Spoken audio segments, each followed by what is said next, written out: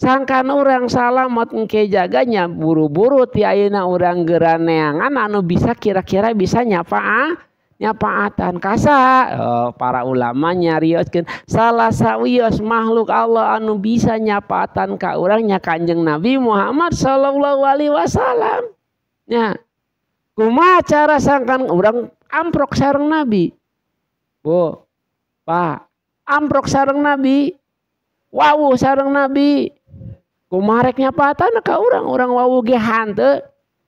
Nya, ayeuna kieu, ya baheula di zaman peperangan nya contohna pun bapak katewak mah disangka anu mun zaman ayeuna membeureun dituduh teroris. Untung dina nu newak tadi teh aya anu apal kapun bapak.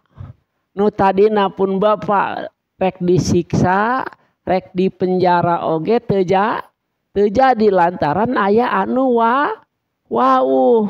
Nya lain eta mah kedulur urang, bebaskeun.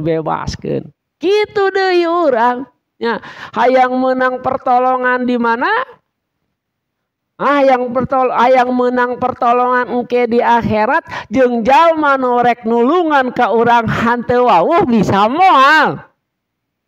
Hai. Kumaha milik. Ya.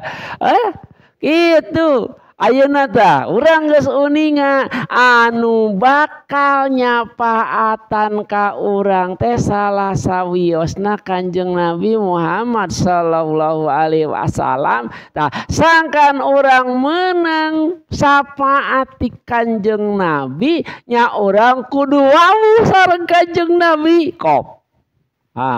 Sementara sareng Kanjeng Nabi urang jauh. Amprok ge henteu kumaha rek wawuhna. Na hape wae ya kumaha hape da. Ya. Aya jeung Kanjeng Nabi urang teu amprok rek kumaha wawuhna, Pak?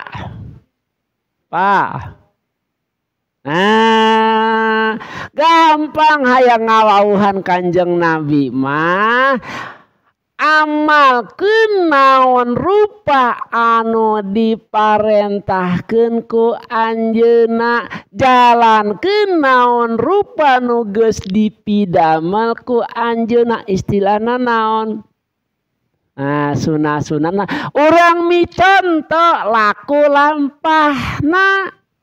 Ya, mun urang hayang kenging pertolongan ti Kanjeng Nabi Muhammad sallallahu alaihi wasallam, najan urang teu wawuh, najan urang teu amprok, ari amal anjeunna, ari padamelan anjeunna ku urang dipidamel kayaning naon? Salat sunahna. Ya. Itu sagala rupa pokona mah anu diparentahkeun ku anjeunna ku urang dipigawe ulah sapotong-sapotong. Nah. Jadi kieu, midamel amal sunah tadi ulah urang mah resepan. Resepna nu ieu wae nya enggeus nu sajanahan hanteu kudu kapah. Nya, ulah sapotong-sapotong ulah kumaha kahayang ulah kumaha seneng atanapi lamun cek basa ayeuna mah kumaha tren. Ya, kumaha viral kakara daek migawe nya kumaha kituanan mah ulah rek dipilihan.